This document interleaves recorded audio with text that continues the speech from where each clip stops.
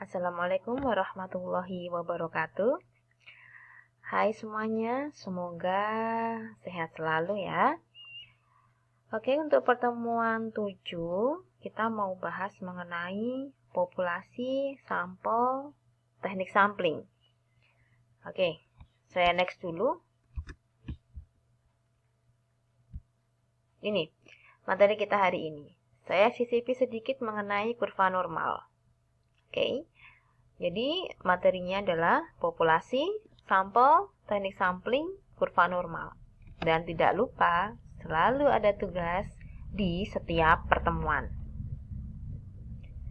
Oke, next. Kita bicara mengenai populasi dan sampel, ya. Oke, di situ sudah saya tulis pengertian dari masing-masing populasi dan sampel. Oke, akan saya berikan contoh. Contohnya begini, perbedaan populasi dan sampel ya. Yang pasti, sampel adalah bagian dari populasi. Jadi sampel, bahasanya sampel itu adalah miniaturnya populasi. Yang mewakili populasi itu adalah sampel. Contoh, populasinya adalah mahasiswa jurusan PBA semester 4 ya. Populasinya adalah mahasiswa PBA semester 4. Sampelnya bisa jadi mahasiswa PBA semester 4 kelas B. Bisa jadi pula mahasiswa PBA semester 4 kelas A atau mahasiswa PBA semester 4 kelas C. Oke, next.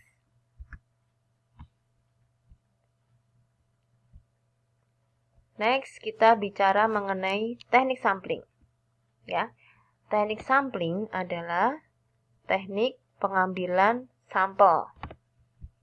Ada 2 poin besar di sini, yaitu mengenai probability sampling dan non-probability sampling. Probability sampling ada 4 caranya, kemudian untuk non-probability sampling ada 6. Next ya. Oke, yang pertama mengenai probability sampling. Apa itu probability sampling? Adalah teknik pengambilan sampel yang memberikan peluang yang sama bagi setiap anggota populasi yang dipilih menjadi anggota sampel. Oke. Ada 4. Yang pertama, simple random sampling. Dikatakan simple atau sederhana karena dia tidak melihat strata atau jenjang, ya. Dan populasinya homogen. Contoh, mahasiswa PBA semester 4. Populasinya adalah homogen. Kenapa homogen? Karena semuanya hampir sama, ya. Baik itu rata-rata usianya dan rata-rata kelulusannya. Maksud saya kelulusan itu minimal mahasiswa PBA adalah lulusannya SMA kan. Tidak ada yang lulusan SMP kemudian naik langsung ke perguruan tinggi kan. Itu yang dikatakan populasinya homogen dan tidak berstrata. Oke. Nah, kemudian yang kedua, proportionate stratified random sampling. Nah, yaitu populasi yang mempunyai anggota yang tidak homogen dan berstrata. Jadi, ini kebalikan dari yang kotak ungu, yang simple random sampling. Contohnya begini, contoh yang tidak homogen dan berstrata. dalam suatu perusahaan, misalkan perusahaan, saya sebut merek ya, misalkan perusahaan gudang garam yang sangat terkenal itu, dia pasti memiliki karyawan dari strata atau jenjang yang mungkin lulusan SMP ada, lulusan SMA ada, lulusan S1 ada, lulusan S2 juga mungkin ada, ya kan? Itu yang dikatakan strata. Jadi ada yang lulusan SMA, lulusan S1, lulusan S2, itu stratanya. Dan dia pasti tidak homogen, ya, karena stratanya itu. Nah, ini saya juga punya ini. Kemudian, bagaimana cara mengambil sampelnya kalau semisal populasinya berstrata seperti itu? Jadi setiap level, misalkan level yang lulus SMP, level yang lulus SMA, sampai mungkin yang level lulus S2 dalam perusahaan gudang garam, itu setiap level atau jenjang diambil sampel yang sama.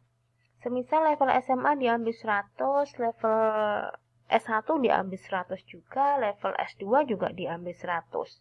Begitu cara ambil sampel dengan menggunakan Proportionate Stratified Random Sampling. Ya. Kemudian yang ketiga, yaitu Disproportionate Stratified Random Sampling. Ini hampir sama dengan yang kotak hijau, bedanya adalah populasinya kurang proporsional. Kurang proporsional bagaimana yang dimaksud? Misalkan perusahaan kecap, tadi kan perusahaan gudang garam ya. Misalkan perusahaan kecap, yang lulusan S2 hanya 5 orang, yang lulusan S1 7 orang, kemudian yang lulusan SMA misalkan 200 orang, lulusan SMP 500 orang.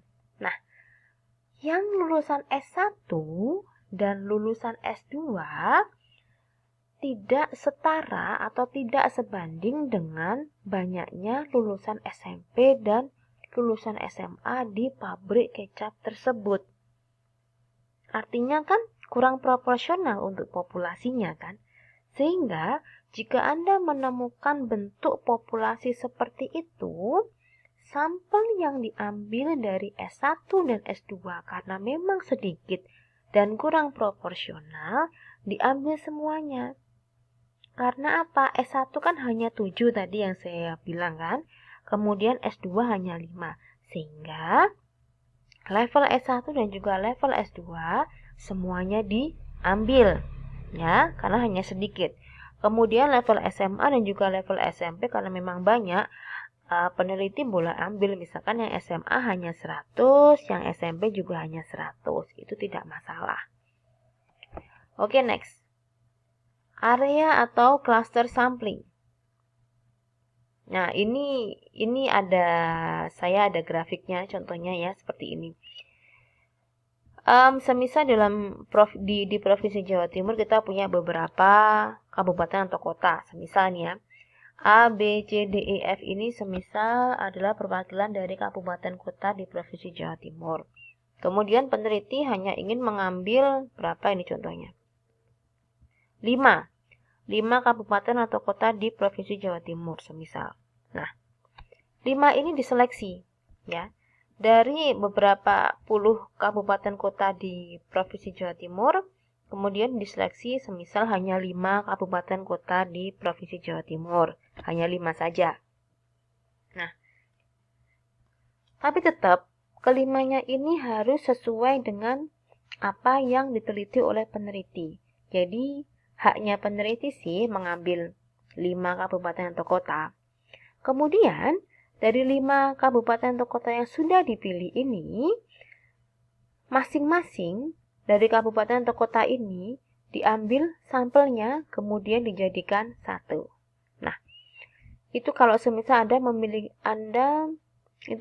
kalau Anda populasinya sangat besar, sehingga diperbolehkan menggunakan cluster sampling. Oke. Next. Non-probability sampling adalah teknik pengambilan sampel yang tidak memberikan peluang atau kesempatan yang sama bagi anggota populasi yang dijadikan sampel. Kalau yang probability sampling memiliki peluang yang sama setiap anggota yang dijadikan sampel, ya. Kalau non-probability sampel itu kebalikannya. Oke. Yang pertama, sampling sistematis. Berdasarkan urutan dari anggota populasi yang telah diberi nomor urut. Contohnya bagaimana itu? Contohnya begini. Semisal Anda ingin melakukan penelitian, populasinya itu dalam suatu daerah ada 1.000 orang, semisal. 1.000 orang tersebut, kemudian Anda beri nomor urut ya, 1 sampai 1.000. 1 sampai 1.000. Kemudian, untuk teknik sampling sistematis ini, semisal Anda hanya mengambil nomor urut genap saja.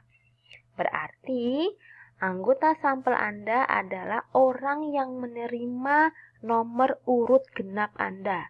2, 4, 6, 8, dan seterusnya. Atau, semisal, saya tidak suka pakai nomor urut genap. Saya maunya kelipatan 10.